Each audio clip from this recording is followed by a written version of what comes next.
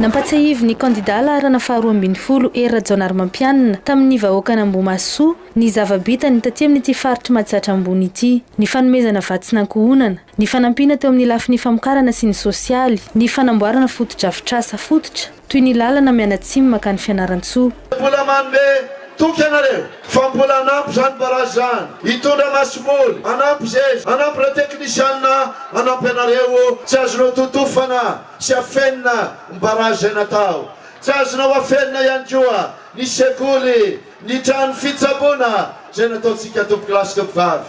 Aza velan'ny olona no anamby volanao vo andeha hifidy anao. Aza adiny fa rehefa tonga teo amin'ny fitondrana firenena voasazo Madagasikara nafahatsika zany. Tsy nahazo vola intsony tamin'ireo mpampiasa vola sy mpampindra ambolera sa pirenena isika, efa naveritsika zany tompokilasy tompovavy.